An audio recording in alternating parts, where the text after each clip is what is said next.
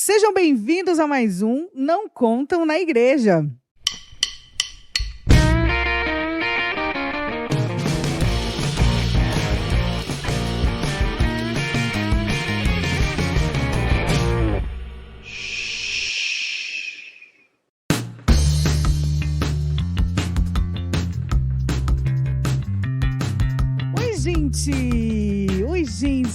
Gente, olha, o que dizer desse programa que nem começou, já considero pacas, eu já sei que eu vou amar muito. Por quê, gente? Porque é o especial Dia das Mães, eu Não Conto na Igreja. A gente fez ano passado o especial Dia dos Pais, e é claro que a gente tinha que fazer o especial Dia das Mães. E aí você já deve conhecer a minha voz, se não conhece, volte duas casas, arrependei-vos. Eu sou a Ali Romeiro. Eu sou a Nemaida e eu tenho um filho, o Noah, de 2 anos. E eu sou a Renata, eu sou mãe de 3, o Giovanni, de 20 anos, a Júlia, de 16, e a Gabi, de 9 anos.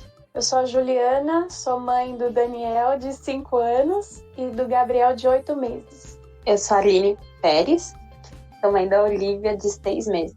Eu sou a Monique, eu sou a mãe do Arthur, que tem 11 meses. Bom, antes de eu apresentar a nossa convidada, eu queria falar o seguinte, gente. A Monique, ela faz parte também da equipe do Não Conto na Igreja. E esse é o primeiro episódio que ela tá gravando com a gente. Bem-vinda, Moni. Obrigada, gente. Esperamos ter sua ilustríssima participação em outros episódios também. E aí, agora, eu quero apresentar a Amanda, que é a esposa do Lucas Chambinho, que fez a participação especial com os meninos no episódio de Dia dos Pais. Amanda, apresente-se. Então, eu sou a Amanda, eu tenho o Vicente, que tem 1 ano e 9 meses, e eu sou do Rio Grande do Sul, então o sotaque com certeza vai estar diferente de todo mundo. Do nada. Não, só um pouquinho. É que daí todo mundo vai achar estranho, tá todo mundo com sotaque lindo, maravilhoso, e eu vou estar aqui com o meu totalmente diferente. Então eu já vou avisar pra garantir, entendeu? E o meu sotaque também não é nada. Todo mundo tá acostumado. Na TV todo mundo é carioca. Isso é verdade. Mas olha só, e a pausa dramática? Achei que ela ia falar que estava grávida, porque ela falou assim: sou a mãe do Vicente, de 1 ano e tantos meses. Não, ia ser um bom momento Parecia que pra ia ter contar, mais. né? Ia ser tipo assim, um choque aqui, ó. Por um chambinho, inclusive, né? Ia ser um choque. Em casa.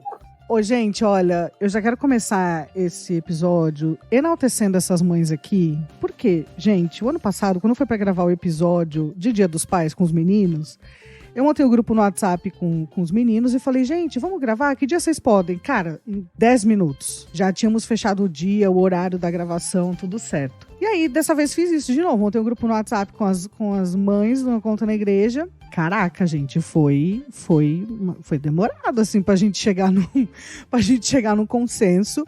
E olha que conheço os meninos, sei que eles são pais presentes e tal, e não deixam a peteca cair, mas assim, cara, parabéns, mães. Parabéns mesmo, porque, mano, o corre que vocês fazem não é brincadeira, cara.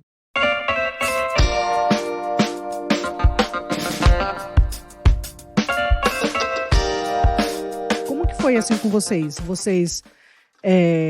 Bom, a Monique, eu sei que ela contou depois pro Val que ela tava grávida. Mas, tipo assim, na hora, vocês preferiram fazer o teste sozinha? O marido tava junto pra ver? Qual foi a primeira coisa que passou na cabeça de vocês? Ou assim, sabe, quando vocês decidiram, tipo, vamos começar a tentar? Como que vocês sentiram? Vocês sentiram, tipo assim, meu Deus, o que eu tô fazendo? Vocês sentiram, sei lá, vulneráveis? O que passou? O que passou na cabeça de vocês? Foi muito engraçado, porque a gente falou assim, 2020, né, vamos começar a tentar, tal. A gente queria muito, desde sempre a gente falou sobre filhos, a gente gosta muito, tem sobrinhos, enfim, a gente queria muito. Só que o que a gente não imaginava é que a gente ia conseguir na primeira tentativa. Olha aí, gente, que produção maravilhosa. Eu fiquei bem chocada, tipo, nos 3 primeiros meses de gravidez, eu fiquei bem chocada e tinha total certeza que eu não estava preparada. Tipo assim, quando eu vi o positivo ali naquele negócio, eu falei, não pode ser, eu não quero mais, não vou conseguir, não tô preparada. E foi assim, tipo, foi esse pensamento, assim, acho que os 3 primeiros meses de gravidez, e o Vitor super feliz, né, o homem tava em outro mundo, E eu falava pra ele, não, eu não vou conseguir, não é possível, não vai dar. Mas aí depois foi tudo bem, mas na hora foi chocante. Cara, minha história é parecida com a da Aline, só um parênteses, que eu também, tipo, foi assim, acho que 2019 dá pra engravidar, a gente pode começar, e pá, de repente, tipo assim, tá grávida, se prepara que chegou, entendeu? E foi assustador, assim, porque como eu não tava esperando, foi tipo assim, vamos tentar. Eu tava com uma amiga e ela já tava grávida. E daí eu falei, eu tô me sentindo assim e tal, não sei o que dela.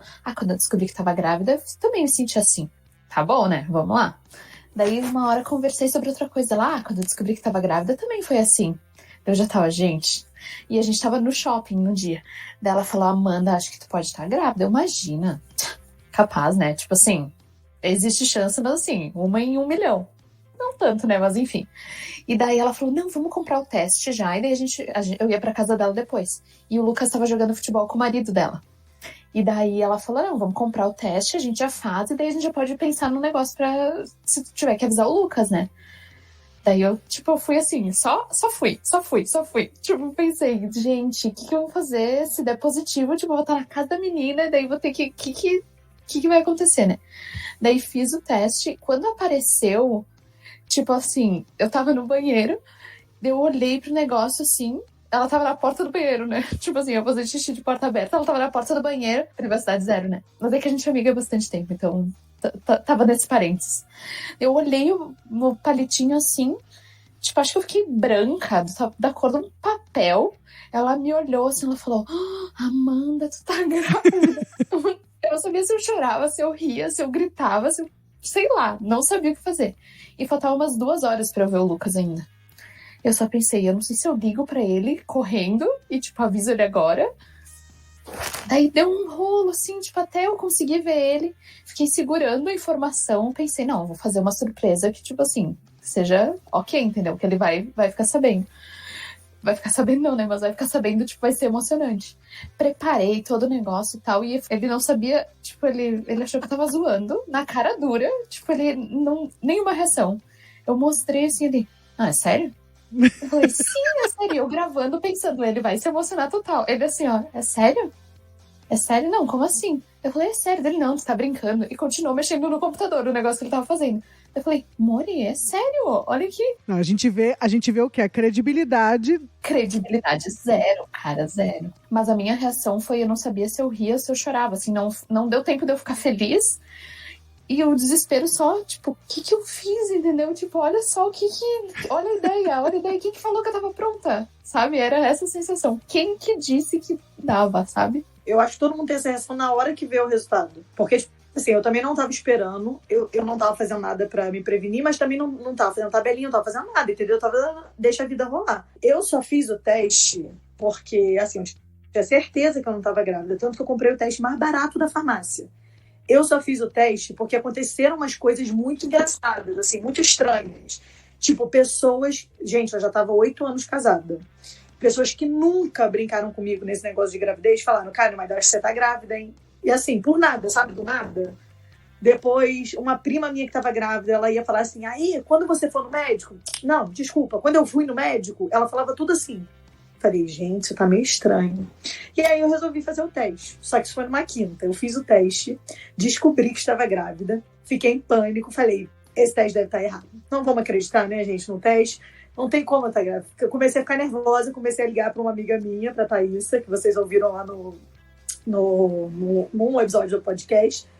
E ela não me atendia, eu falei, pelo amor de Deus, dá pra você me atender, porque eu tô passando mal. E aí, quando ela atendeu, eu falei com ela, eu falei, eu tô passando mal, assim. Ela falou, você tá sim. Eu falei, mas eu não sei mais o que fazer, eu não quero fazer mais nada, que não tem volta. E é mesmo essa sensação de não tem volta, né? Agora eu já tô grávida, já era.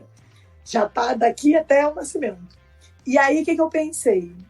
Bem, eu não vou mandar pro Lucas, porque eu quero fazer uma coisa especial. Na sexta-feira, eu fui trabalhar com a Pri, que é minha sócia, né, na empresa de fotografia. A gente tinha 2 eventos, um evento e um ensaio. E de manhã eu fui com ela pro ensaio, fiz o ensaio todo, e na volta falei, então, Pri, tem que te contar uma coisa. E aí, assim, como quem não quer nada, eu falei que tava grávida, ela lá, né, tipo, chorando e tal. E eu, não, Pri, calma, volta aqui. Nós temos que preparar uma surpresa e tal. Inventamos um ensaio surpresa pro Lucas. eu falei pra ele que tinha umas pessoas pedindo pra gente ensaio de casal, não sei o que, com pet, e a gente não tinha nada no portfólio. Então, que a gente precisava fazer umas fotos 5 minutinhos com o Clark e tal, que é o nosso cachorro, só pra gente poder mandar pra cliente e tal, e o Lucas ficou muito animado, né? Imagina vocês, um homem ir pro ensaio fotográfico. E detalhe, esse sábado, que foi o dia do ensaio de pet, a gente teve várias outras atividades. Então, tipo assim, foi muito corrido, foi num intervalo muito pequeno. Eu e o Pri, a gente já tava morta de sexta-feira, mas foi. E aí foi muito engraçado. Quem quiser ver essas fotos estão no meu Instagram, porque é muito legal. Tem todas as reações do Lucas. O meu Lucas, teve todas as reações possíveis. Não tô entendendo? Meu Deus, é isso mesmo? E chorando depois, ele teve todas as... Neymar, quando eu vi essas fotos, eu conseguia ouvir o Lucas falando. Porque o Luquito, ele é muito caricato, cara. Tem todas as caras dele, então ficou assim, muito quem ele é. Então foi muito legal a surpresa. Foi muito legal ter registrado isso. Mas, assim, o sentimento de medo e de, meu Deus, o que eu fui fazer na minha vida? Porque eu não continuei tomando minha pílula, permaneceu comigo por bastante tempo. Não vou ser hipócrita. Fiquei por bastante tempo pensando. Eu acho que é muito incomum isso, né? A gente se sentir muito despreparada, não tem. Vai se preparar como? Por mais que você leia, pense, planeje, é muito despreparo, assim. E eu lembro que quando eu descobri do Dani, na verdade a gente já tinha também, a gente queria, conversamos, aí beleza. Logo também de cara já engravidamos muito rápido. Só que antes de eu descobrir, eu já sabia que eu tava grávida. Era uma coisa muito louca, assim. Só que eu não senti nada. Eu não senti enjoo, cansado, aquelas coisas assim. Mas eu falei, Fê, eu tô grávida. Aí ele, mas o quê? Como assim? Você tá sentindo isso aqui? Eu falei, não, eu sei que eu tô grávida. Mas como assim? Aí, quando deu um tempo e tal, aí eu comprei o exame de farmácia e fiz, né? Fui no banheiro, fiz. Aí veio a confirmação, assim, e a primeira coisa que eu pensei, eu falei assim, é pra vida inteira esse negócio. E agora? Assim, a primeira frase que veio assim, eu sou mãe pro resto da minha vida. Não é uma temporada, não é um dia, é pro resto da minha vida. Cara, e agora? E agora? Assim, então, essa foi bem a sensação, assim, depois eu já contei pra ele tava em casa, e já ficou super emocionado, aquele sorriso todo babão, não sei o quê. E aí veio o Gabi, assim, também essa sensação, assim, todo mundo não, mas muita gente diz, né, o segundo filho é mais fácil e tal, eu não sei qual que é a sensação da Rê, assim, sobre isso, mas pra mim não foi mais fácil, assim, foi tudo muito bem louco. Encorajador, Ju, bem encorajador. E pra todo mundo que só tem um, pra maioria que só tem um, tá todo mundo uau. Segundo, vamos lá. Vamos saber. Vamos se arrepender 2 vezes. Mas eu vou falar uma coisa pra vocês, assim, é uma gratificação, assim, em dobro também. Não tem como você ver aquela relação dos irmãos e não tem como você se arrepender, não tem como você se sentir pesarosa, porque, assim, é muito cansaço mesmo. Principalmente quando você não tem uma rede de apoio, assim, mais estabelecida e tal, é punk, assim, não tem muito glamour, como uma amiga me disse isso quando eu tava grávida do Gabi, ela falou assim, não tem glamour, Ju, não tem glamour, segundo filho é punk, e assim, realmente, não tem o glamour do Instagram, das fotinhas que a gente posta, toda fofinha, porque no Instagram a gente não posta surtadas, a gente não posta, né, nada disso, mas assim, não tem preço mesmo, cara, não tem preço com um filho, não tem preço com o segundo, com o terceiro, é indescritível, né? Mas, Ju, deixa eu te fazer uma pergunta, já que você falou isso do segundo filho. Você não acha que o segundo filho para você foi mais difícil porque o Dani era um bebê de ouro? Cara, eu lembro, olha só, eu não era mãe, não estava planejando ser mãe, mas eu lembro quando você fez um post falando que o Dani dormia no quarto dele desde não sei quantos dias e, tipo, dormia. Só isso daí? Aí, ó. Já causou inveja em todo mundo. O Dani, ele teve... Isso aí já era loteria. Ele teve extremos, assim. Ele foi um bebê muito difícil de lidar em alguns aspectos e muito fácil em outros. Então, como ele foi a PLV, eu tive muita dificuldade com questão de adaptar ele de estabilizar a alergia dele. Então ele tinha muita cólica, muita dor. Só uma tradução, o Dani, o Gabi também, né, eles tiveram isso, eles tiveram alergia à proteína do leite da vaca. Então a Ju, ela sempre teve que ser assim muito restritiva na alimentação dela, porque aí os meninos ficavam com muita cólica, muita, né, com diarreia e tal. Então tinha essa questão da alergia à proteína do leite da vaca. Para ela poder amamentar. Isso, e assim, até as pessoas confundem muito, né, intolerância à lactose com alergia à proteína do leite, mas a alergia à proteína do leite, na verdade, a proteína do leite, ela tá em todo lugar, na farinha, na gelatina, você tem que se preocupar com contaminação cruzada, enfim, é mais delicado, mas, então, só que o Dani teve isso mesmo, assim, né, Maida, ele sempre dormiu muito bem, sempre dormia sozinho, o Gabi não. Então, assim, eu acho que o segundo filho, ele é mais fácil em alguns aspectos, sim, porque você já sabe mais ou menos o que te espera. No primeiro, tudo é muito novo, assim. Se cai um pingo de água dentro do ouvido e fala, ai meu Deus, afetou o cérebro, o que aconteceu? Você não sabe direito o que te espera, né? No segundo, não, você já vai mais leve. Mas eu acho que, pra mim, pessoalmente, tem sido muito punk, assim, porque eles são muito diferentes. Pela questão da pandemia, do Gabi ter nascido no meio do Covid, e não por ele, porque o recém-nascido tem que estar com você o tempo todo mesmo, mas pelo Dani, e porque ele tem 5 anos, ele está sem ir para a escola, então você ter que dar conta de um bebê pequeno, e mais o mais velho, 24 horas, né, dentro de um apartamento, acho que tem sido desafiador também por conta disso.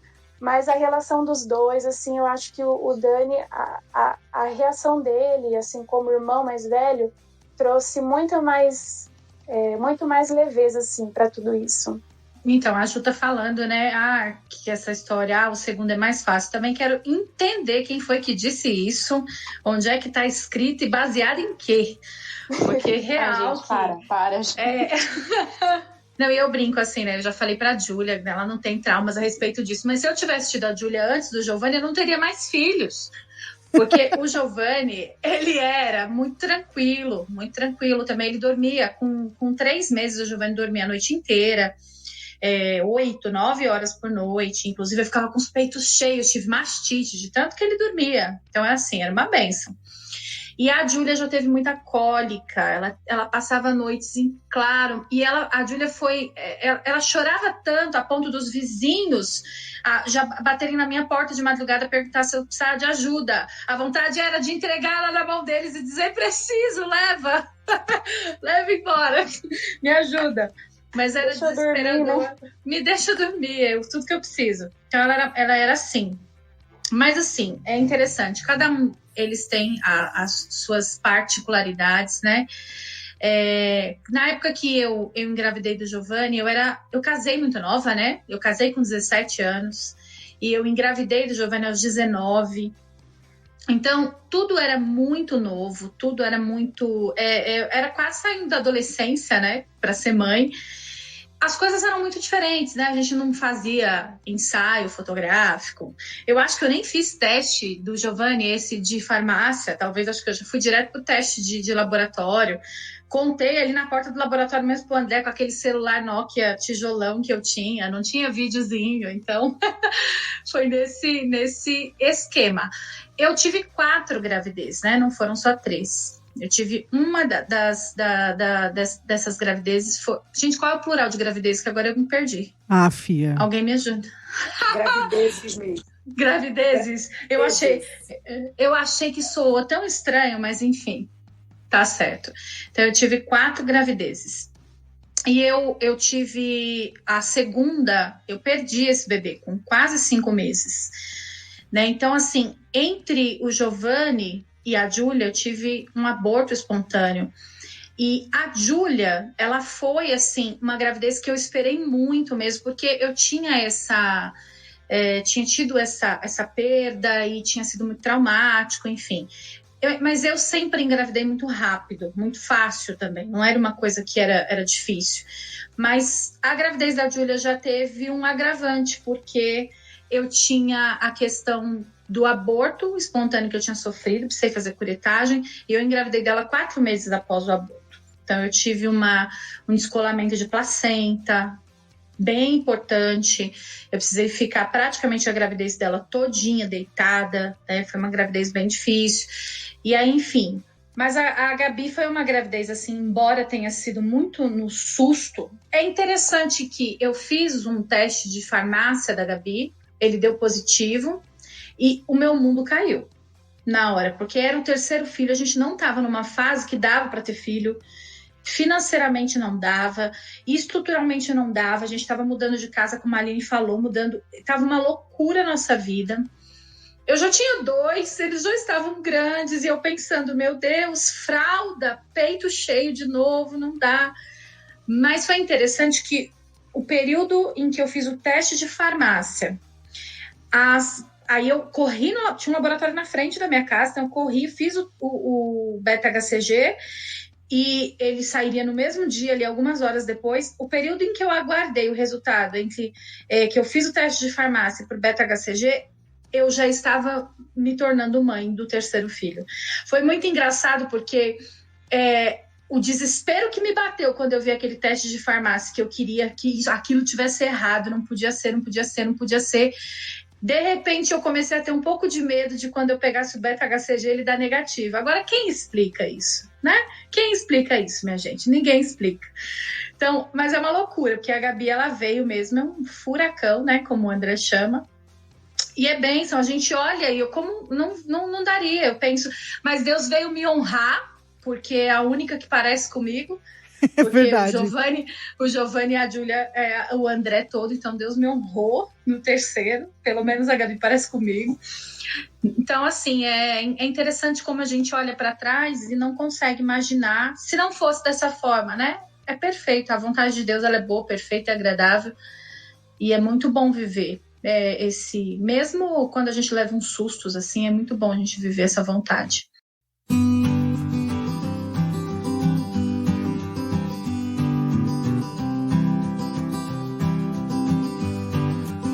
Uma coisa que eu acho muito interessante, meninas, que vocês estão compartilhando, né? Realmente o susto, né? E, por exemplo, no caso de vocês, foi uma gravidez planejada, era uma coisa que vocês queriam muito. Mas eu acho muito interessante vocês compartilharem isso, que a hora que veio aquele teste positivo é um susto. E o fato de ser um susto, de ser um desespero, de ser, meu Deus, agora é para sempre, meu Deus, não tem mais volta, isso não quer dizer que, que vocês não queriam essa criança. Isso não quer dizer que vocês não amavam, que vocês não ficaram felizes, não. Mas porque é muito romantizada. A maternidade, ela é extremamente romantizada. Tudo sobre ela é muito romantizado. Que na hora você já pegou o teste, já ama essa criança mais do que tudo, já... E eu lembro que antes da gente sair do Brasil, uma amiga minha que eu estudei no colégio, ela teve neném, e aí eu fui lá visitá-la, e ela falou para mim, Li, não é amor à primeira vista. É um amor que se constrói. Eu não peguei o meu filho no braço, assim, que ele saiu da barriga, e nossa, é a coisa mais linda da minha vida. Nossa, é um amor que eu nunca senti. Ela falou, não é isso, só que ninguém fala. E aqui, o podcast, esse é o objetivo do Não Conto na Igreja, a gente falar sobre essas coisas.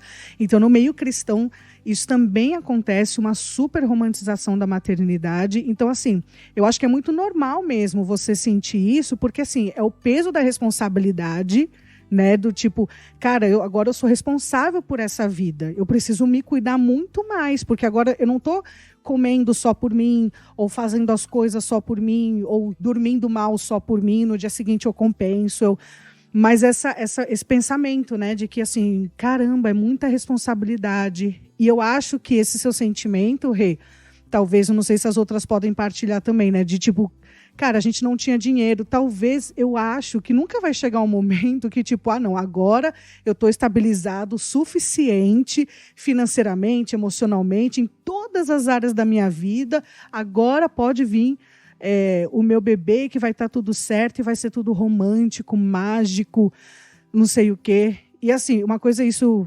particularmente às vezes, eu adoro ver ensaio de gestante, gente. Sério, eu adoro ver ensaio de gestante. Mas, às vezes, uma coisa que me irrita em ensaio de gestante é quando colocam a mãe, assim, de uma forma extremamente angelical, sabe? É uma coisa extremamente angelical, uma princesinha. Uma santa, uma né? santa.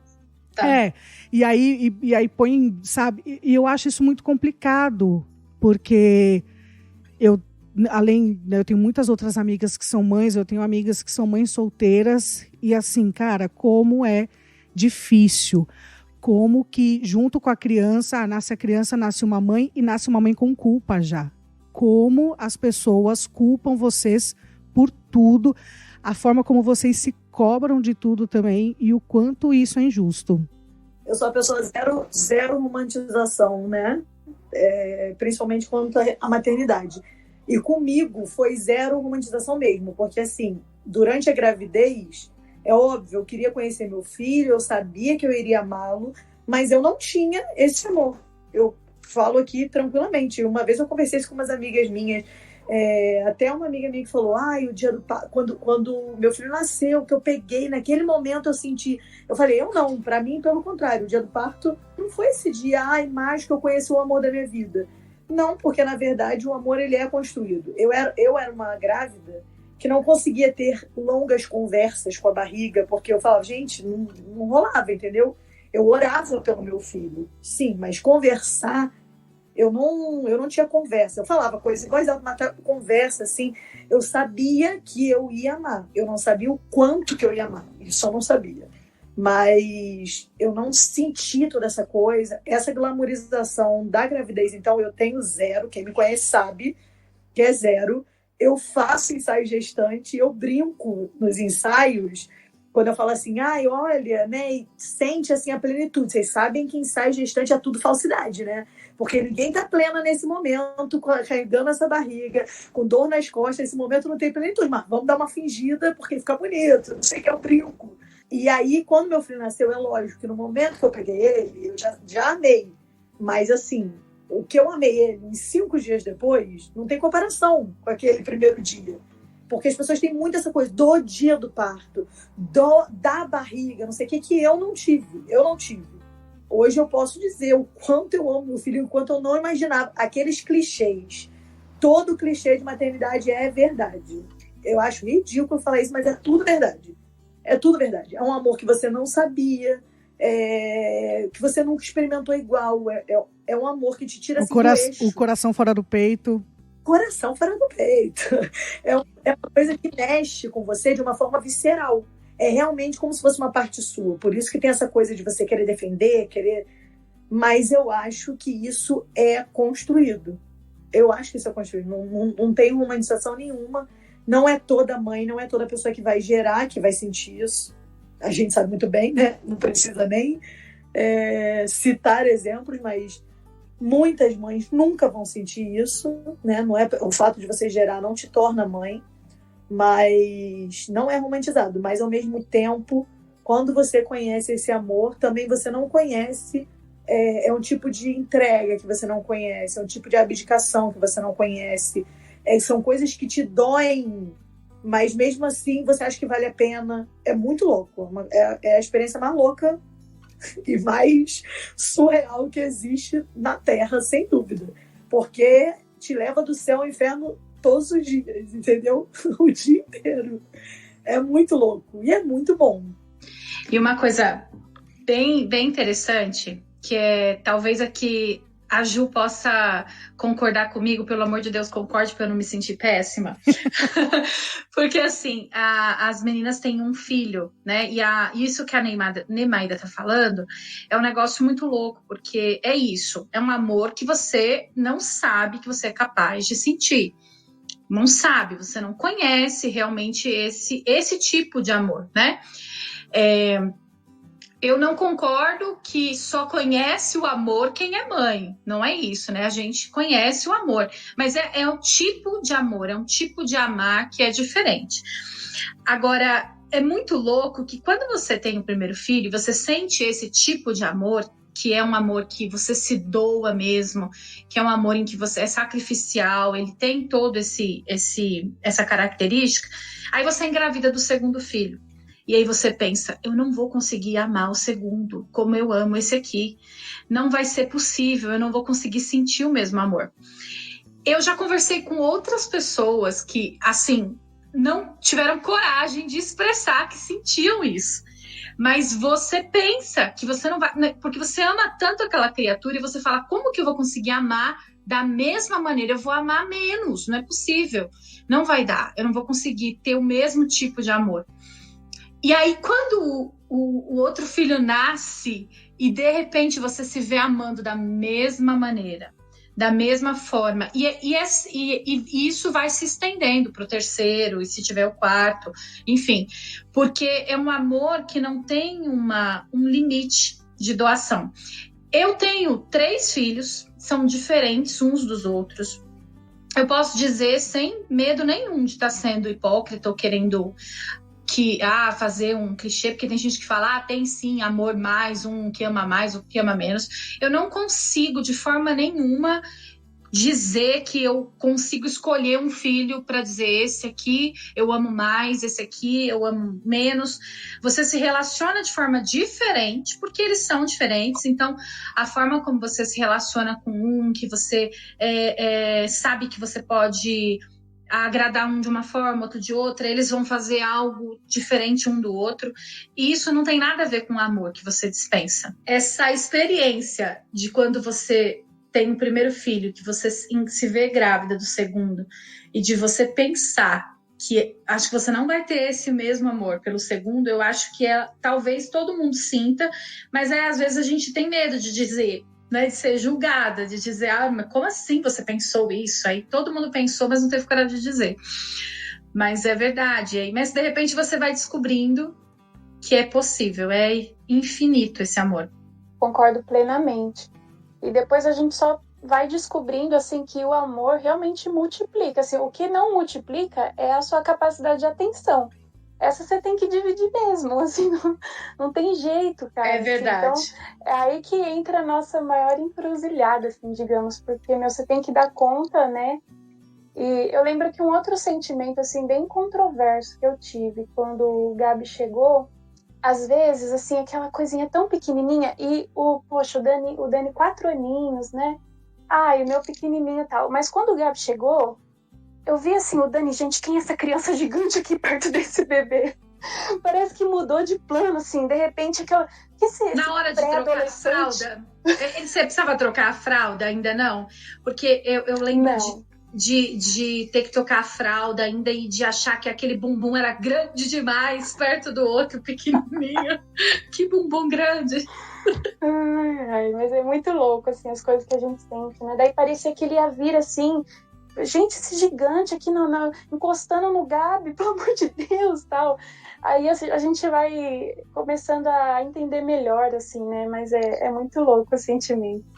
Eu ia dizer que eu achei muito legal isso que tu falou, Renata, de que todo mundo pensou, mas ninguém teve coragem de falar. Eu acho que o mundo de mãe é muito isso, assim, todo mundo às vezes pensa a mesma coisa, mas daí verbaliza, daí, nossa, eu também, eu também. Tanto que normalmente conversa de mãe, assim, dura uma eternidade, porque daí tu fica encontrando pontos em comum com as pessoas ao redor, assim, e tu fica, é muito essa identificação, assim, de nossa, alguém tá me entendendo, tá entendendo esse perrengue aqui, alguém tá entendendo isso aqui. Eu me lembro que uma vez eu falei com a Nemaida disso, que o acordar de madrugada, pra mim, eu sentia que só eu no mundo inteiro tava acordada. Essa sensação, assim, de que, tipo assim, gente, o mundo inteiro tá dormindo e eu tô aqui acordada, dando mamar pra essa criança. E eu me lembro que tu, Nemaida, tu me mandou um áudio, tu falou, nossa, essa sensação do vazio da madrugada, assim, porque de dia eu posso acordar 1000 vezes, não tem problema se eu estiver dormindo durante o dia. Mas de noite, parece que, tipo assim, dá aquele... A solidão, né? Uma solidão, assim. E daí, quando ela falou isso, eu pensei, nossa, nem tô sozinha, sabe? Tipo, tem alguém aqui que tá entendendo essa solidão da madrugada. Então, isso da identificação é muito legal. Será que a gente não fala mais disso pras gestantes, assim, pra não... Que a gente tem medo de acabar com aquela empolgação de frustrar a pessoa. Olha, porque às vezes você fica meio... Eu brinco lá na igreja que eu virei anticoncepcional ambulante, entendeu? Porque por causa das coisas que eu falo, e não apenas por causa do meu filho mesmo, porque ele, né, calminho do jeito que ele é, eu já ouvi cada coisa que se eu falar aqui, vocês não vão acreditar. Mas eu falo assim, gente, já entendi, ninguém mais vai ter filho por causa do novo. E aí eles riem e falam, então é mais ou menos assim, que tem uma coisa que eu não faço sem esconder. Mas eu acho legal, assim, porque eu acho que eu conversei isso com a Amanda, com a Monique e com a Aline, né? Que antes de eu ter o novo, uma amiga minha veio falar comigo sobre a fase do puerpério. Ela falou o quanto era difícil, e nananã, e ela me falou de livro, falou não sei o quê, e eu realmente acreditei. Eu não como é que fala? Não desmentiria nada que ela falou, eu acreditei. Mas, quando você vive, o negócio é muito mais punk, é muito mais difícil. Então, na minha concepção, eu falei assim, cara, se eu sabia que ia ser difícil e foi pior, imagina se eu não soubesse, imagina se eu chegasse totalmente desavisada. Então, quando eu converso com alguém, eu falo, cara, é muito punk, mas eu tô falando porque tem luz no final do túnel, entendeu? Porque se você não chega preparado, eu acho que o buraco vai mais fundo ainda. Porque tinha dias, assim, que eu lembro de madrugada, eu tenho muito essa sensação ainda. Deu um aumentando no ano na madrugada, né, do terror da madrugada, e eu chorar, sem nem saber o motivo, mas eu chorar copiosamente. E eu pensando que aquilo nunca ia ter fim. Noites intermináveis e achando que eu era a única pessoa. Como a Amanda falou, achando que eu era a única pessoa do mundo que estava passando por aquilo. Então, assim, eu não sou adepta dessa coisa de você não falar sobre. Pelo contrário, quando alguém está grávida, eu não penso assim, não vou desanimar não, mas eu vou falar a verdade para a pessoa ir um pouquinho mais preparada. Porque quando você passa, é diferente. Mas um mínimozinho de preparação, acho que dá uma ajuda para dar uma segurada. Pra você não pensar que você tá doida, que só você tá passando por isso.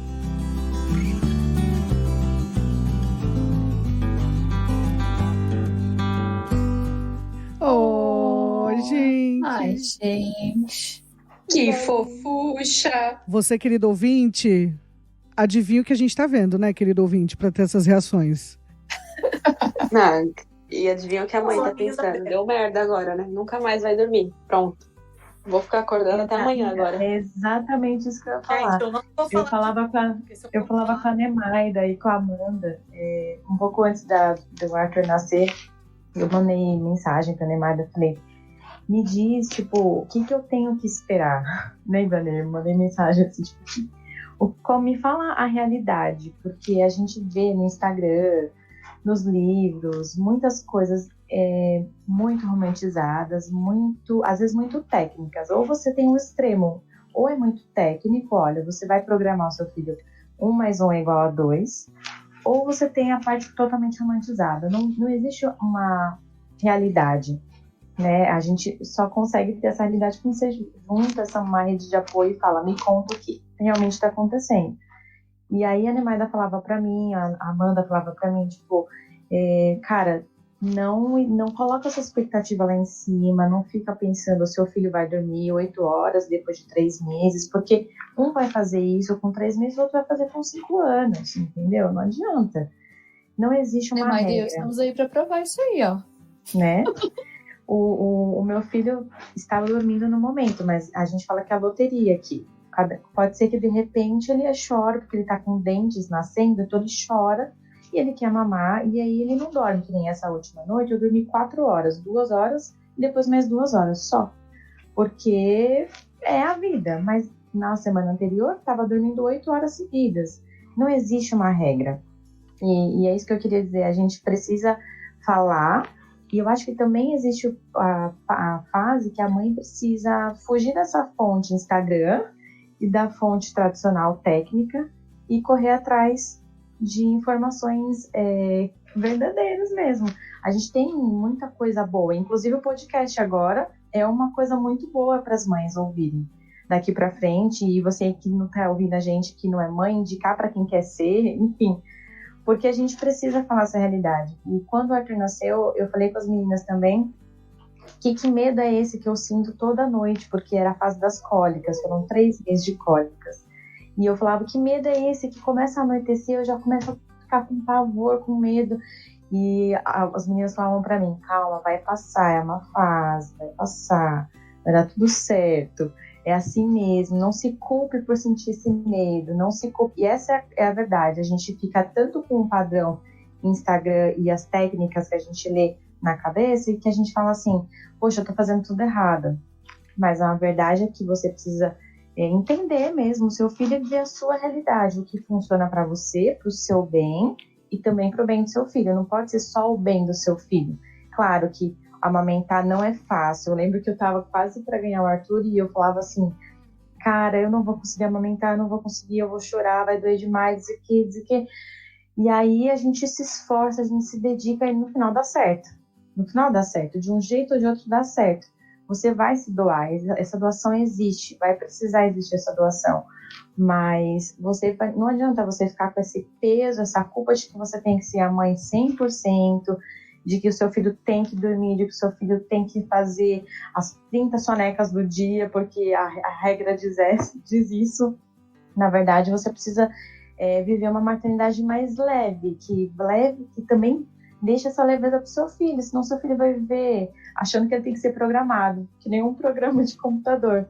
Essa é um resumo assim, que eu tive nesses 11 meses de maternidade. E tem outra coisa que eu acho que é muito bom a gente falar. Por que falar das coisas ruins também?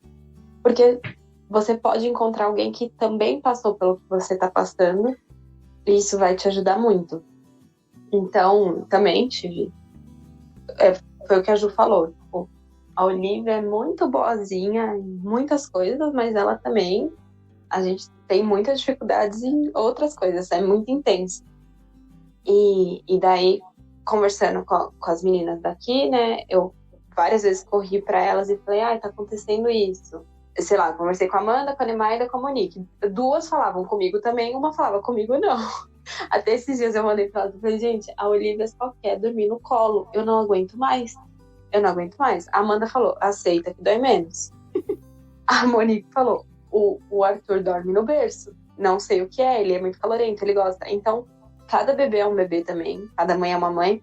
Mas é legal você conversar, ter essa troca de coisas, entre aspas, ruins também, porque você pode encontrar alguém que passou pela mesma coisa que você e você pode ter essa ajuda. Ou você pode conversar com alguém que vai passar e você pode ajudar essa pessoa. Então, eu tive problemas com a amamentação. E eu falo pra todo mundo, o Vitor até brinca aqui em casa comigo, que eu sou a testemunha do banco de leite, porque eu falo pra todo mundo, banco de leite é incrível, vá no banco de leite, se você não tem dificuldade de amamentar, vá no banco de leite, porque elas são muito legais. A gente fez acompanhamento céu, né? Durante os 6 meses da Olivia. Se não fosse elas, eu ia ter pirado, surtado, sei lá o que ia ter acontecido. Então tem que falar, tem que conversar das coisas boas e das coisas ruins. Aí eu fico pensando, será que eu fico postando a foto dessa menina que tá rindo aqui pra mim agora? Eu vou postar a foto dela sorrindo, só sorrindo. No Instagram eu vou postar, porque são essas horas que a gente realmente esquece de tudo e é isso que vai ficar no final, entendeu? Não é, vai ter a birra, vai ter o choro, vai ter a dificuldade da introdução alimentar, vai ter um monte de coisa, mas depois, tipo assim, eu já esqueci de todas aquelas, entre aspas, né? O sentimento de desespero que eu tive na primeira semana de vida dela já não existe mais, porque é muito gratificante, é muito gostoso. Então, vou postar também essas coisas boas, mas vamos falar também das dificuldades, porque assim a gente vai se ajudando. Eu ia concordar contigo nesse sentido, que eu acho que viver a maternidade junto com amigas, assim, pra mim foi muito positivo em muitos aspectos, assim. Eu acho que se eu já me senti sozinha, vivendo com pessoas próximas, com nenês na mesma fase, assim, me senti sozinha no sentido de, tipo assim, meu Deus, o que tá acontecendo na minha vida?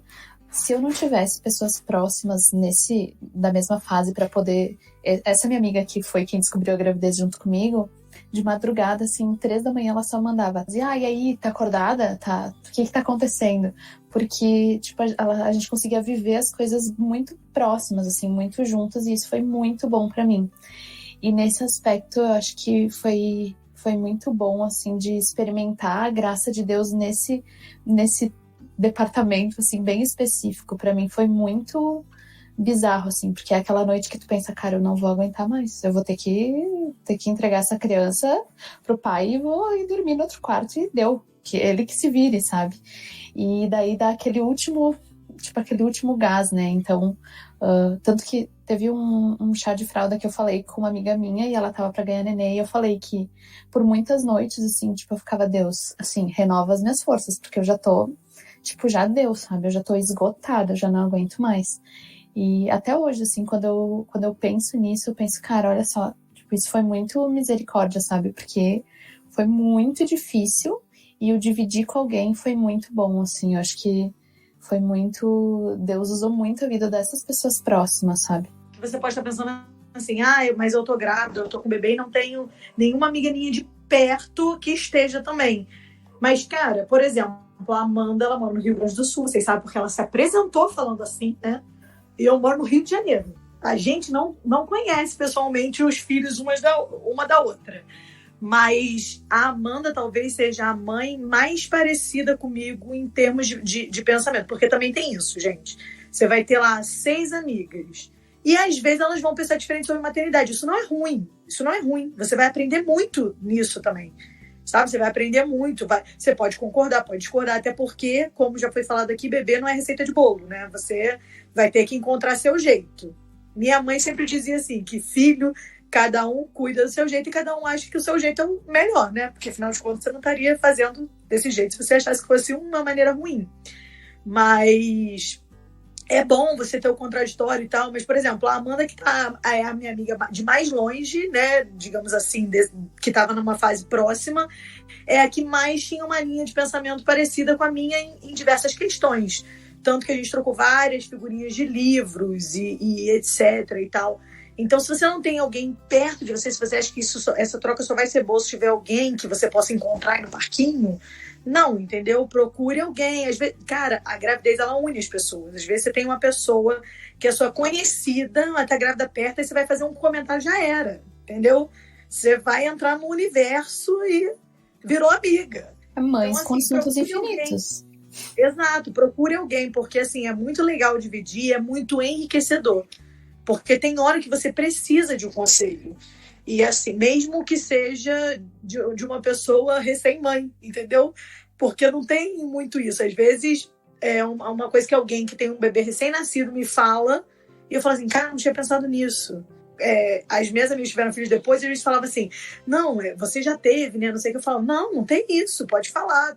Estamos aprendendo aqui, todo mundo junto, na mesma.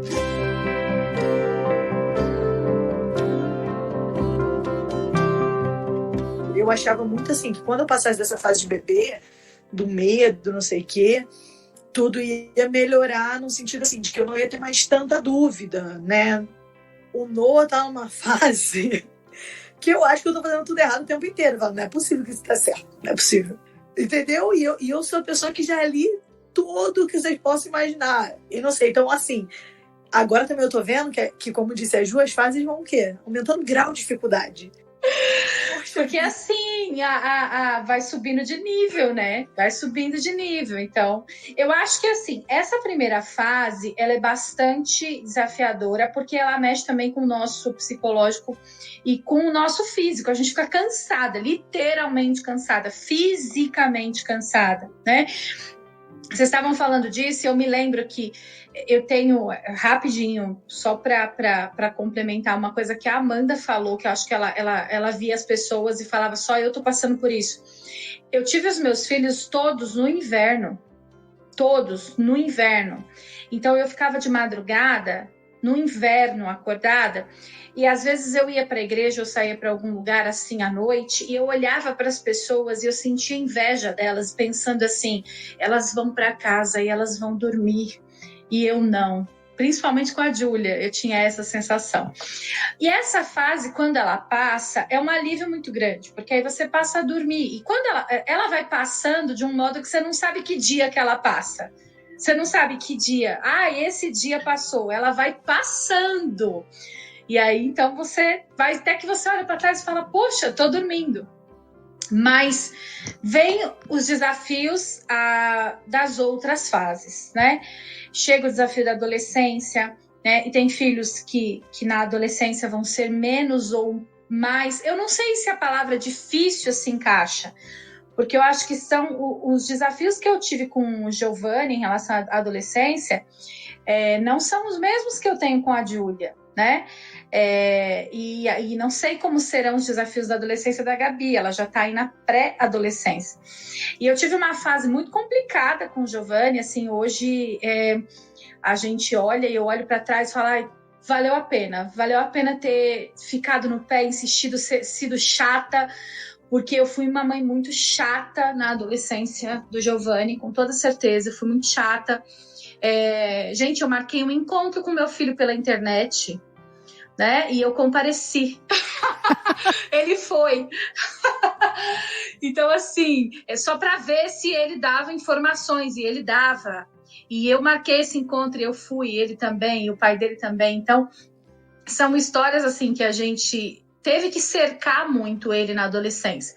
Hoje, quando eu olho para trás, ele está com 20 anos... E assim, e tem uma outra cabeça, graças a Deus, assim, eu não tenho mesmo que dizer em relação a quem ele tem se tornado, o homem que ele tem se tornado diante de Deus. Tá namorando com uma menina que a gente ama, incrível, estão 2 anos, já estão, né, começando a falar de casamento, enfim. Gente, se o André Wilson estiver ouvindo esse podcast, ele já vai vir e falar assim, como assim? Tá falando de casamento? Verdade. O André Wilson é o sogro dele. Então, assim, a gente vê que assim, as fases são... Mas quando você olha para trás, você fala, cara, valeu a pena. Valeu a pena tudo que a gente fez, né? Quando eu falo que eu fui uma mãe chata, eu fui mesmo. E aí eu falava assim para ele, eu não me importo com o que você tá pensando a meu respeito. Você vai... Era mentira, eu me importava sim. Tava desesperada que ele me odiasse, porque eu tava, né, cercando ele de todos os lados. Mas no fundo, a gente precisa manter assim, né? Que a gente imagina, eu sei o que eu tô fazendo, e não sabe, a gente não sabe porque não deram pra gente um manual. Quando eu olho para trás, eu percebo vários erros que eu cometi com eles, mas é muito legal porque eu falo sobre isso com eles. Falo, cara, eu não devia ter feito desse jeito, né? Eu devia ter agido de outra maneira. Hoje eu teria agido. Aí com a Gabi eu tento corrigir isso. Mas quando a Gabi estiver maior, eu vou olhar para trás e vou falar, eu fiz errado aqui também. Eu descobri que de outro jeito era melhor. E não vai ter como, gente. Vai ser assim. A gente vai estar velhinho olhando para trás e pensando, meu Deus, fiz tudo errado. Não, a gente acerta também. A gente acerta.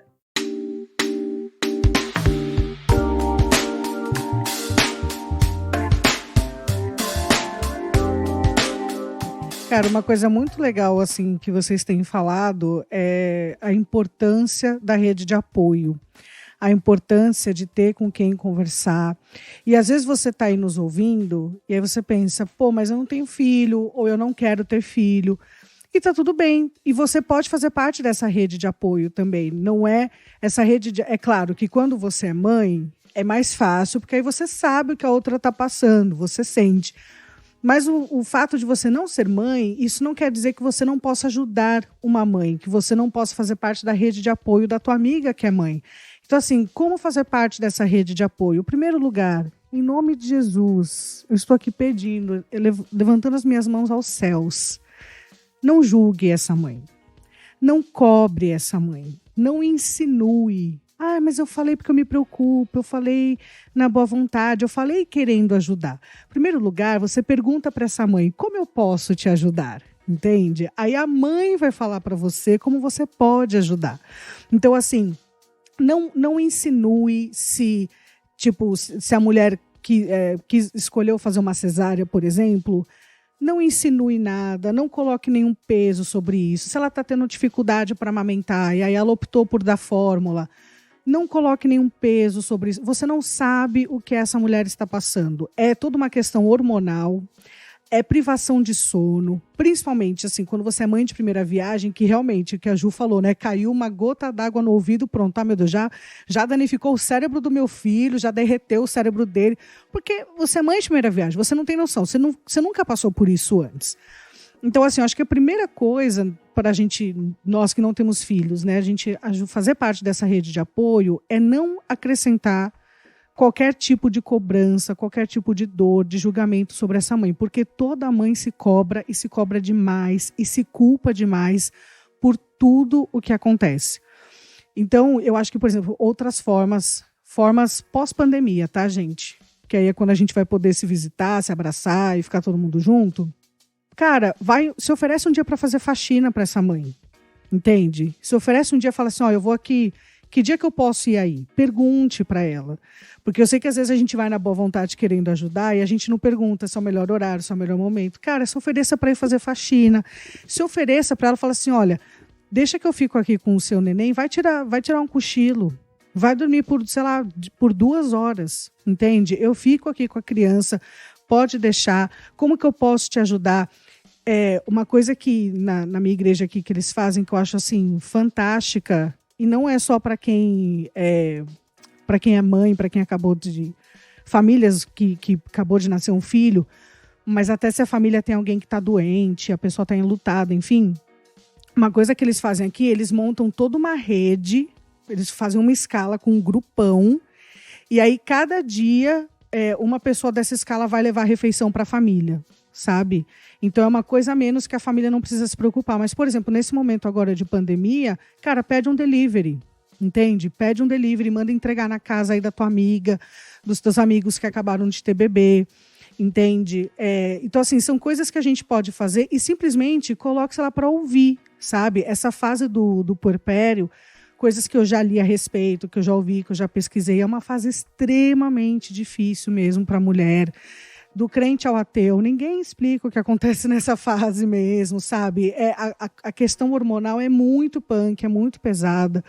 Então, assim, se ofereça para ser ouvido, entende? Vira para tua amiga, manda uma mensagem para ela e fala assim, eu tô acordado aqui de madrugada também, se você quiser conversar, se você tá acordado amamentando, cuidando do bebê, quiser conversar, vamos conversar, entende? Eu tô aqui para te ouvir, tipo, eu posso não entender, eu posso, de repente, não ter nenhum conselho para te dar, porque eu não sou mãe, mas eu acredito que só o fato de você se prestar a ouvir a pessoa, sabe? A realmente tá ali para colher as lágrimas dela, colher as dúvidas dela, as inseguranças, isso já vai fazer uma baita diferença para justamente ela não se sentir sozinha, ela não achar que tá, sabe, que tá louca, que tá maluca, que ninguém se importa, que ela está abandonada nessa situação. E principalmente, gente, quando a mulher vem compartilhar essas dificuldades da maternidade, isso não quer dizer que ela não ama o filho, que ela não se importa com o filho, sabe? Não seja a pessoa que vira e fala, mas pelo menos você tem filho, né? Olha quantas mulheres gostariam de ter um filho e não tem, né? Mas pelo menos você tem. Cara, ela ama o filho dela, ela ama, mas isso não quer dizer que não tenha dificuldades. E aí nisso eu vejo muito assim, o lado materno de Deus, porque Deus tem esse lado da maternidade também, não é só paternidade, Deus ele se apresenta também como mãe, a gente vê isso em algumas narrativas bíblicas, que a gente dá muito trabalho para esse Deus, não é mesmo, gente? A gente dá muito trabalho, ele teria muito o que reclamar de nós. Mas ele continua nos amando. Ele não é porque ele reclama da gente, com razão, que ele deixa de nos amar, entende? E eu não vejo ninguém sendo ousado de virar para Deus e falar, nossa, Deus, mas pelo menos você tem esses filhos, né? Porque quantas pessoas gostariam de ter esses filhos e blá, blá, blá. Então, assim, se você não vai julgar Deus, não julgue uma mãe também. Tá? Porque você... E mesmo que você seja mãe, mesmo que você saiba, eu sei, eu passei por isso... Ainda assim, meu bem, você vai virar para sua amiga que é mãe e você vai falar, como posso ajudar? Entende? Igual atendente de loja. Como posso ajudar? Coloca o botãozinho na roupa, como posso ajudar? O que aquela mãe te falar, aí você ajuda daquele jeito. E se você acha que, tipo, sei lá, de repente você está percebendo alguma coisa que talvez ela poderia fazer diferente, não chega com os 2 pés no peito. Cara, de repente chega e fala assim, eu vi isso daqui. Não chega tipo, você devia fazer isso, entende? Chega tipo, olha só isso daqui que eu vi e não sei o quê, porque realmente existem muitas técnicas, eu acredito que essas técnicas têm o seu valor, esses estudos têm o seu valor, com certeza, só que, cara, é um ser humaninho, entende? Não é um robô, talvez funcione para 2, 3 crianças, talvez não funcione para nenhuma, e aí cada família vai ter que tentar e ver o que vai se adequar à dinâmica familiar deles, né? Não, e uma coisa que eu queria falar para as mães em geral, que é uma coisa que eu tento, né, fazer todo dia, é isso de você ser empática com a outra mãe, né? Porque acaba que hoje em dia tem muitas teorias e também muita falta de teoria. Então, às vezes fica uma coisa assim, mas também ela não faz não sei o quê, ela não faz o método tal, ela não faz aquilo, então, também ela é cheia de método, ela não deixa a vida levar. E, na verdade, a gente precisa dar apoio para seja qual for o método ou a falta de método que a mãe esteja escolhendo. E uma coisa que eu conversei, eu acho que foi com a Monique, eu falei muito sobre isso, porque, assim, tem uma questão de que como o Noah sempre, desde recém-nascido, ele foi muito difícil para dormir, e ele é até hoje, às vezes as pessoas, quando vinham conversar, falavam assim, não, ele tá ruim para dormir. Não, mas não é igual o Noah. Eu falava assim, gente, calma, não é assim também, porque fica uma coisa parecendo que ninguém pode falar comigo do meu pior assunto, digamos, entre aspas. Quando, na verdade, quando você se torna mãe, você pode ter um bebê anjo. Isso acontece, eu sei que é raro, mas acontece. Um bebê que dorme, um bebê que não dá trabalho para nada. Pode ser que você seja sorteada de ter esse bebê. Para você vai ser difícil, porque sua realidade era uma realidade de não ter um bebê, de ter seus horários, ter sua vida, e de repente você tem que mudar tudo por causa de um bebê. Então, assim, mesmo quando você tem um bebê anjo, é difícil pra caramba. Então não existe essa competição de sofrimento. O meu bebê só dorme 1 hora por noite. E o da outra dorme 8 horas, só que fracionado. Cara, pra ela é difícil, porque ela dormia 12 horas seguidas e agora ela não dorme mais.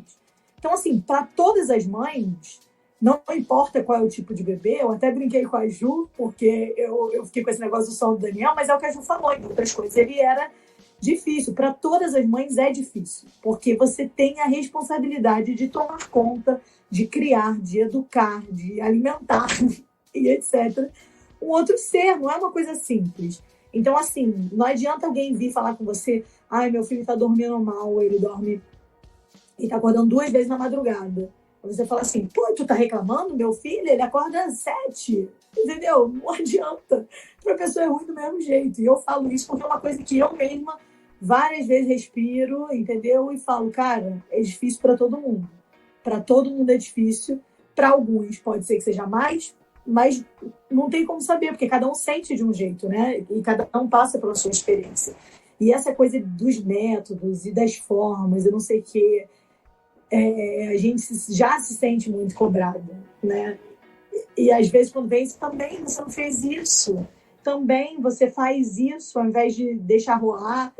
Isso é uma coisa assim, cara, mães do mundo, univos, entendeu? Sejam amigas umas da outra, deem conselhos e tal, mas em amor, não com uma forma imperativa, porque o que funciona para o seu filho às vezes não vai funcionar para o outro, não tem jeito. E aqui a gente ainda está falando o quê? Todas são casadas, né? E como eu falei, eu conheço os meninos, sei o quanto eles são parceiros e tal, e etc. Mas, cara, e o tanto de mãe solteira que a gente tem nas igrejas, né? O que vocês estão ouvindo aqui? Vocês estão ouvindo de mães que têm ali também o apoio do marido, a participação do marido na criação desse filho também. Gente, para uma mãe solteira, mas assim, é 10 vezes mais. Eu quero, inclusive, que a gente grave com mães solteiras, eu quero que a gente veja esse outro aspecto também, assim, da maternidade, da dificuldade que é e do quanto a igreja precisa chegar mais junto ainda. Porque realmente, assim, você não sabe o que está acontecendo, você não está ali morando na mesma casa que essa mãe, você não sabe a dinâmica familiar, você não sabe que tipo de estresse ela teve ou ela está passando, você não sabe, cara, sei lá, depois que o bebê nasceu, de repente ela se lembrou de um trauma da infância, um negócio, não sei o que lá, que ela precisa processar. Gente, é muita coisa, e nós precisamos ser braços e pés de Jesus, e mãos de Jesus, nesse momento também. Nesse momento de acolher, sabe, de ajudar, de como os vizinhos da Renata fizeram quando, né, a Júlia nasceu, de bater e falar, olha, posso te ajudar, tá precisando de alguma coisa.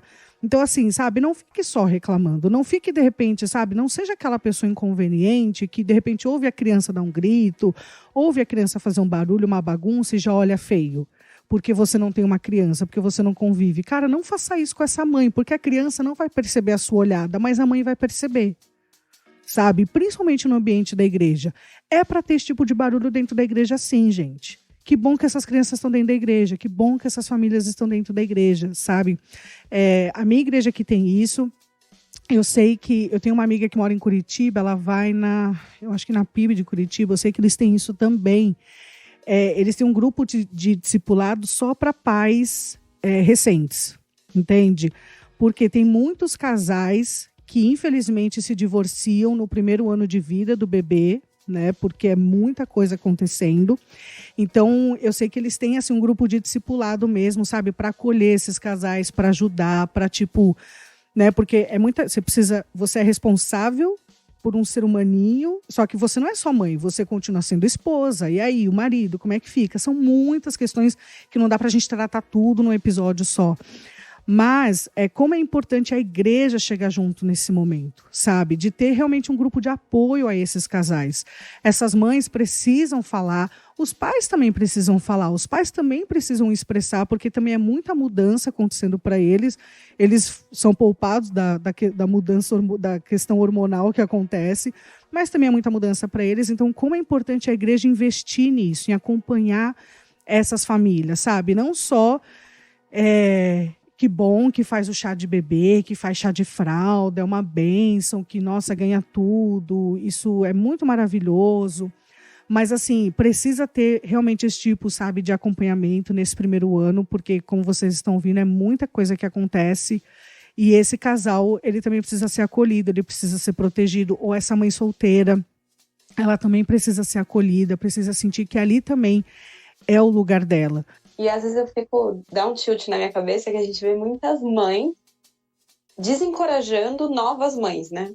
Entre aspas. Aí eu sempre brinco com o Vitor, eu falo, gente, eu vou botar minha família em jogo. Eu falo assim, sei lá, às vezes falo da minha família, falo, parece que nem teve filho. Tipo, a minha mãe, parece que nem teve filho. Tipo, os tempos mudam, tudo. Mas é isso que a Nemaida falou, da gente ter essa empatia e cada caso é um caso. E lembrar o que a gente passou, porque parece também que as pessoas esquecem, né? Tipo, é o que a Nemaida falou. A mãe que dorme o filho 8 horas tem as suas dificuldades, a mãe que dorme o filho 1 hora tem suas dificuldades. Tipo, a gente passa por isso por motivos. Um deles é ajudar a próxima mãe, né? E então que a gente lembre também dessas coisas, porque como criou um filho desse jeito? Parece que não teve filho, eu falo brincando pra minha mãe, parece que não teve filho quando a gente faz alguma coisa com a Olivia, ela fala, não é assim. Pra gente está sendo. Então que isso venha sempre à nossa memória, né? Essas dificuldades foram tempos difíceis, mas que vem pra gente ter essa empatia também e a gente ser essa rede de apoio para outras mães, novas mães, no futuro também. A gente não esqueça que esses motivos são para isso também.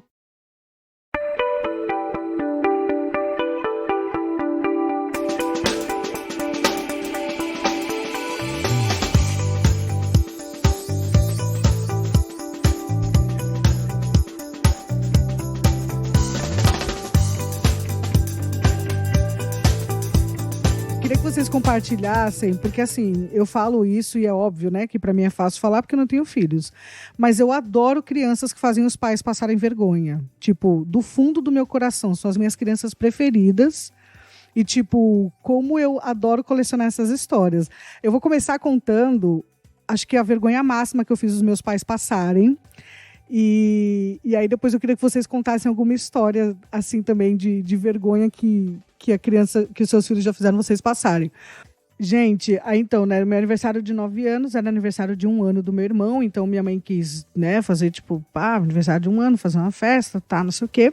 Chamou a igreja toda e contratou 2 palhaços pra dar uma animada na festa. Não entendi por quê, porque já tinha eu lá pra isso, mas enfim, né. E na época, gente, o que tava de famosidade no Brasil? Tava Mamonas Assassinas, que obviamente eu era proibida de ouvir, mas ia pra escola e a gente ouvia, né, gente? Na escola a gente ouvia. Então, assim, é o Tchan, Mamonas Assassinas. Eu sabia todas as músicas, todas as coreografias. Obviamente que eu não entendia a letra, né? Mas tudo bem. Então eu tava lá na minha festinha de aniversário curtindo. E aí os palhaços vêm, dividem a gente em 2 equipes e falam, quem cantar melhor uma música do Mamonas Assassinas vai ganhar. E eu, que sou uma pessoa extremamente competitiva, que não aceito perder no par ou ímpar, falei, e ainda mais sendo aniversariante, tipo, é claro que eu vou ganhar isso daí, não é mesmo? Cara, eu sei que, tipo assim, tinha um diácono que tava filmando a festa. Aí os palhaços, as crianças vão se apresentar, não sei o quê. Gente, enchi o meu peito, mas assim, com toda a vontade do mundo, e comecei, tipo, muito alto, assim, liderando a equipe. Sabão, crá, sabão, crá. Cara, eu cantei a música inteira e eu nem lembro se eu ganhei ou não. E o seu pai provavelmente estava se enforcando na gravata. É o que eu tô pensando, que onde que ele encontrou esses palhaços? Porque assim... Gente, this is Brazil, né? Cara, o que eu me lembro, o diácono tava filmando esse momento, eu lembro assim, do meu pai ali se enforcando com a gravata, a igreja chocada em Cristo, porque né, a filha do pastor liderando o louvor dessa forma, né? Eu ali exercendo minha função de levita. E aí, cara, eu lembro, tipo assim, de gente desesperada pedindo pro diácono parar de filmar e tal. E foi isso aí, né? A Júlia me fez passar, ela tá aqui do meu lado, que não me deixa mentir, uma vergonha no seu aniversário também. Numa festa de aniversário sua. E você vai se lembrar desse episódio. Nós tínhamos... Eu não vou citar nomes pra gente não... Lembrei. Meu Deus. Meu Deus, que momento. Pode? Pode contar essa história? Pode. Nós tínhamos ali naquela festa da Aline, a Júlia está aqui, fazendo assim não com o dedinho para não contar, mas eu vou contar. Mas nós estávamos ali, a Júlia tinha por volta dos 4 anos, mais ou menos. E na hora do parabéns, cantaram-se o parabéns, né, pra Aline. Quantos anos, Li, você que tem a memória boa? Quantos você estava fazendo naquela festa, cara, você lembra? Talvez 20. Mas enfim, eu sei que naquele dia tinha uma pessoa ali da igreja, um homem. Um pastor. Tinha feito um pastor. Ai, meu Deus, já tá expondo. Não falei quem é. Ele tinha feito uma cirurgia nas partes baixas. E ele estava ali. Todos nós sabíamos da cirurgia, porque nós oramos, né? Senhor, livra de todo mal, né? Aparentemente a Júlia não orou. A Júlia não orou por ele. A Júlia não. A Júlia tinha 4 anos. E ela estava ali, próximo da mesa do parabéns, esperando para pegar o docinho, quando esse pastor foi convidado para orar pela Aline e o Adriel. Então, quando ele começou ali a orar, todos de olhos fechados, né? A Júlia, por qual razão, que eu não sei que atração foi essa de imã, ela deu um soco exatamente nas partes baixas operadas do pastor. Sim, você fez isso. E ele só fez assim, ó. Ele só fez assim, ó. Ele fez um barulho. As pessoas que não oram de olhos fechados viram, né, a cena. Gente, por isso que eu não olho, assim, eu não oro de olho fechado, porque eu não posso perder essas coisas. Eu lembro de uma outra... A Júlia também tem uma questão com anão, que ela já me fez passar vergonha com anão, porque ela olhou para uma anã no elevador e olhou bem dentro do olho dela e disse assim: por que você tem cara de velha, mas eu sou maior do que você? E muito foi bem. Muito constrangedor. Foi muito constrangedor. Ela tinha uns 6 anos, mas a moça era uma vizinha, ela foi muito gentil e ela explicou para a Júlia que ela realmente era mais velha e que ela só não tinha crescido. Eu não estava mais ali. Não, é que o elevador é sacanagem. O elevador não tem o que fazer. Você só lida com aquele climão ali. Pedindo a Deus que ele não quebre, né? Pra você não ter que ficar mais tempo ali naquela situação. Mas, por fim, tô contando só da Júlia, né? Tem uma da Gabi. Vou contar da Gabi e aí eu paro por aqui. A Gabi teve uma vez que a gente foi ao médico e a Gabi e a Júlia sempre tiveram colesterol alto. Desde bebezinha, as duas têm colesterol alto. E a Gabi, quem conhece sabe, a Gabi é super saladeira, come muita salada e tal, troca qualquer coisa por uma salada. Mas mesmo assim ela tem colesterol alto. E aí, o que aconteceu? A gente foi ao médico e foi levar esses exames de colesterol e lá. E eu tinha prometido para elas que eu ia levá-las no McDonald's aquele dia, né? E assim, mas Deus sabe que não era uma coisa que você faz toda hora, todo dia, todo momento, mas eu ia levar no McDonald's naquele dia. E aí cheguei ao médico e eu tomei um sabão daquele médico, porque ele pegou os exames da Júlia, da Gabi, tipo assim, e não adiantava eu dizer que aquela menina amava comer salada e ele, né, jurando ali, não, porque não sei o que da alimentação, vocês não podem isso e aquilo outro. Eu, não, doutor, não, tá certo, a gente vai, né, prestar mais atenção, nananá. De repente ela me vira e fala assim, mas mãe, a gente ainda vai no McDonald's assim que sair daqui como você me prometeu, né? Olha, eu juro, mãe devia nascer, já vir com uma máscara, assim, para você colocar nesses momentos. Devia ser automático, ela baixa nessa hora, para você não ter mais que encarar. Ô Ju, conta pra gente. Você tem alguma história para contar? Que eu me lembro, assim, uma vez, quando a gente tinha recém-chegado na nossa igreja, né? A IPI do Jardim Olinda, aqui em Campinas. A gente já tinha um relacionamento de muita história já com essa igreja, mas a gente tinha se tornado membro dessa igreja. E o Dani devia ter 2 para 3 anos, né? Mais ou menos. Por aí. E ele é louco por bateria, né? E ele sempre, assim, no final dos cultos, de qualquer igreja que a gente vai, ele sempre dá um jeitinho de chegar pertinho da bateria, tocar bateria, tal. E, assim, acho que era o segundo culto que a gente estava, assim, recebido como membro. E aí, acabou o culto, aquele abraço, beijo, lá, conversa e tal. E eu tava com o Dani, assim, saindo do berçário. E ele começou a se afastar e foi em direção lá ao púlpito. E o Fê tava conversando lá na frente. Eu falei, o Dani vai lá, né, tocar bateria, com certeza, né. Eu acompanhei, assim, com os olhos, assim, bem rapidinho e continuei no meu papo. De repente, menina, eu não sabia onde enfiar a minha cara. Uma senhorinha, pensa aquela senhorinha que já é patrimônio, assim, sabe? Bem amável, bem tudo, tal. Ela me chega esbaforida. Se ela tinha o coque já estava tudo desfeito. Olha, mas essa mulher, assim, foi Deus que livrou ela. E o Dani, porque eu não sei como, eu não sei porquê, deu 5 minutos na cabeça do menino, ele saiu correndo para fora da igreja, no meio da rua, e saiu correndo loucamente. Tipo assim, ao invés dele ir pro púlpito, ele pegou a porta e ele foi embora. E assim, e ela que viu a situação, ela saiu correndo, só que ela é muito senhorinha. E ela, assim, esbaforida, tipo assim, eu não posso perder essa criança, a criança vai, né, sumir, no meio da rua, no meio do breu, da escuridão. E aí ela falou assim, Ju, assim, Deus me levou com as suas asas para buscar teu filho. Ele já estava lá na outra esquina, correndo loucamente. E eu, gente... Olha aí, foi nas asas do espírito resgatar o Dani. Foi, cara. Que vergonha, meu. Que vergonha aquele dia.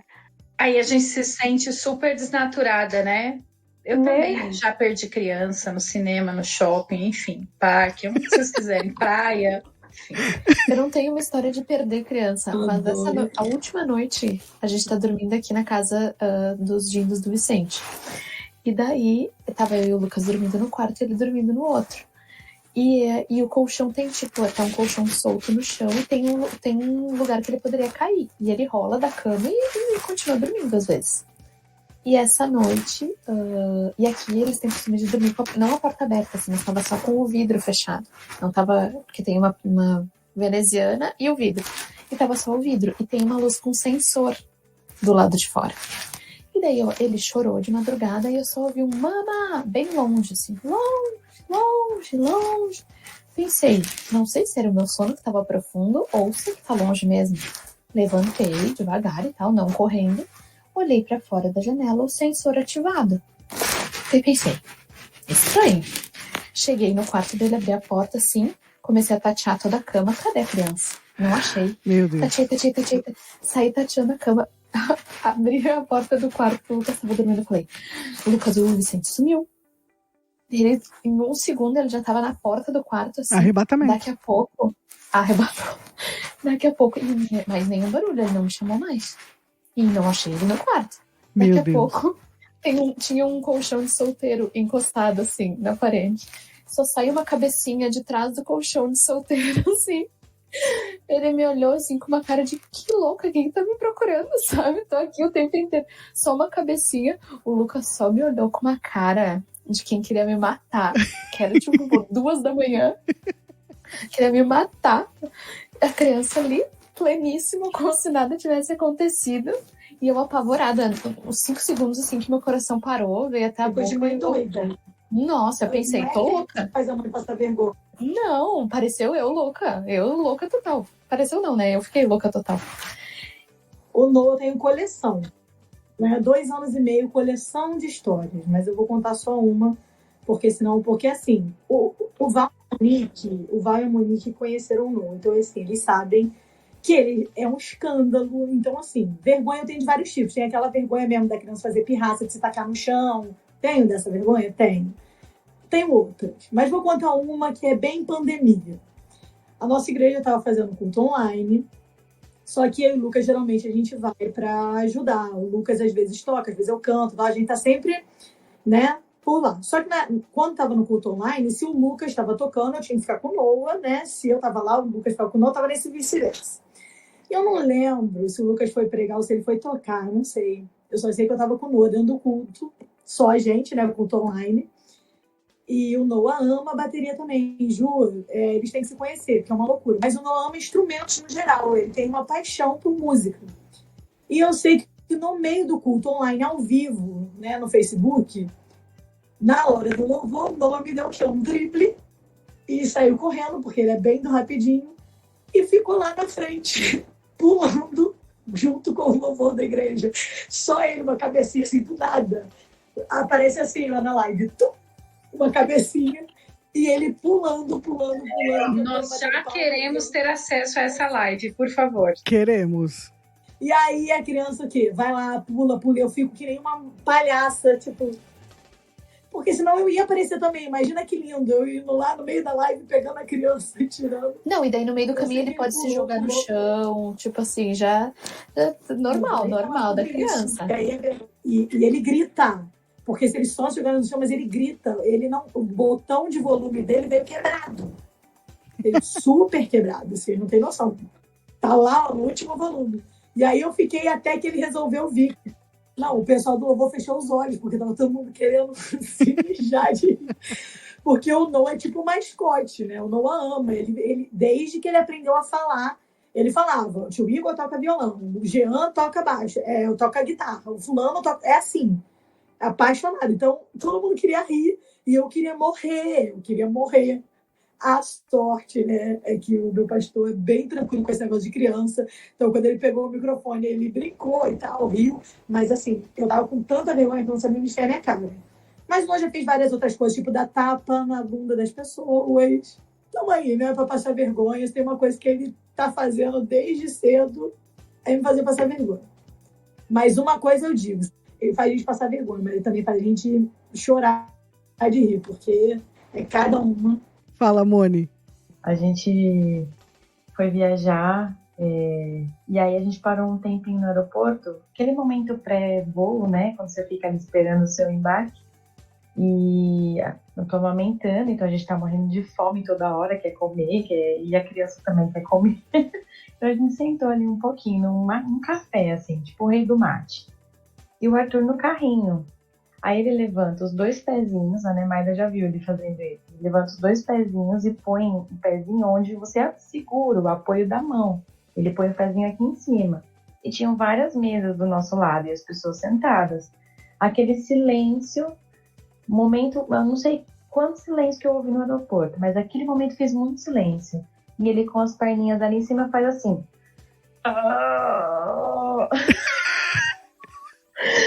Várias vezes, e aí você ouvia o barulho na fralda, assim, porque tava muito silêncio. E as pessoas do lado comendo, olhar assim, porque não eram pais. Se fossem pais, talvez não ligassem, mas não eram pais, olharam assim. Aí eu não sabia o que eu fazia se eu terminava de comer, se eu tirava o Arthur de lá. E ele aqui com as perninhas aqui em cima. Se você oferecia pra eles, né? Eu não sabia o que fazer. Eu falei assim, e esse menino, ele tinha o quê? 6 meses. Eu falei assim, 6 meses já tava me fazendo passar vergonha.